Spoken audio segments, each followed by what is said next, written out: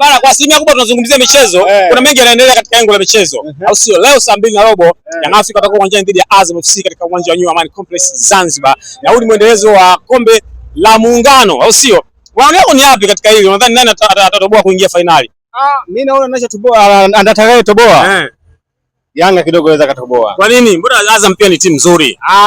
Kidogo unajua sometime kidogo uwezo wao Azam kidogo uko chini kulinganisha na Yanga. Kulinganisha na Yanga. Lakini wanapokuwa wanakutana ngoma inakuwa ngumu sana yani. Ngoma inakuwa ngumu lakini kwa pale lazima wakae. Au sio? Wewe karata zako unawapa Yanga? Karata zangu mimi nawapa Yanga. Wewe ni mshabiki wa Yanga? Mimi sio mshabiki wa Yanga. Ila mimi sio mshabiki wa Yanga kwa uwezo ninavyoona. Yanga atashinda. Atashinda. Okay. Swala la dabi kutapatapa kwa kukosa viwanja. Mechi ya kwanza Yanga alikuwa mwenyeji amepeleka Zanzibar. Mechi hii ya pili Simba ni mwenyeji amepeleka JKT kule Mbweni katika uwanja wa JKT. Unadhani dabi inashuka thamani kwa kukosa viwanja vya timu mbili ama inakuwaje? Unajua hii dabi inakosa thamani kwa sababu inakuwa kama sasa hauna uaminifu kwa kile unachokifanya.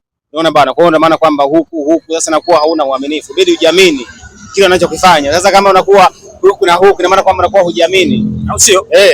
Wafanye nini Simba na Yanga kuepuka ikadhia ya kutapatapa na viwanja? Sasa hapa yani kwamba cha kufanya tu wewe na msimamo kwamba bana tufanye hivi kwamba hata michezo hata dabi iwe nafanyaje?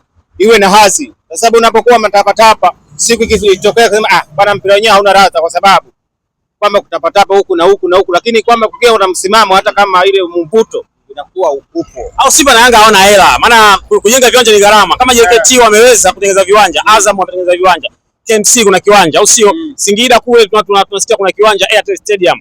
Sasa inakuwaje Simba na Yanga wanajiona wao ni wakubwa lakini hawana viwanja? Hawa hawana pesa. Yaani pale kuna siri ambayo ipo. Siri gani hiyo? Ambayo huwezi kujua. Au sio? Kwa sababu unajua kuna siri ambayo huwezi kujua. Haina noma. Unaitwa nani vile? Mimi naitwa Albert Pike Timotheo wa 3.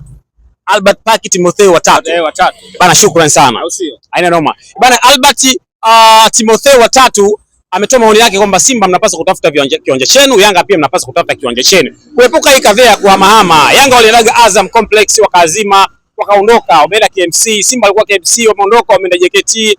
Kama umeni, mbona mnahangaika sana? Kwa hiyo nadhani huu ni mchongo ambao tumeuweka mezani mtaani siku ya leo kuhakikisha tuna discuss hili swala na linakaa sawa sawa kabisa. Au sio? Una nafasi ya kutoa maoni popote ambapo utakutana na mchongo. Either ni kwa Instagram, TikTok, YouTube, Facebook, whatever.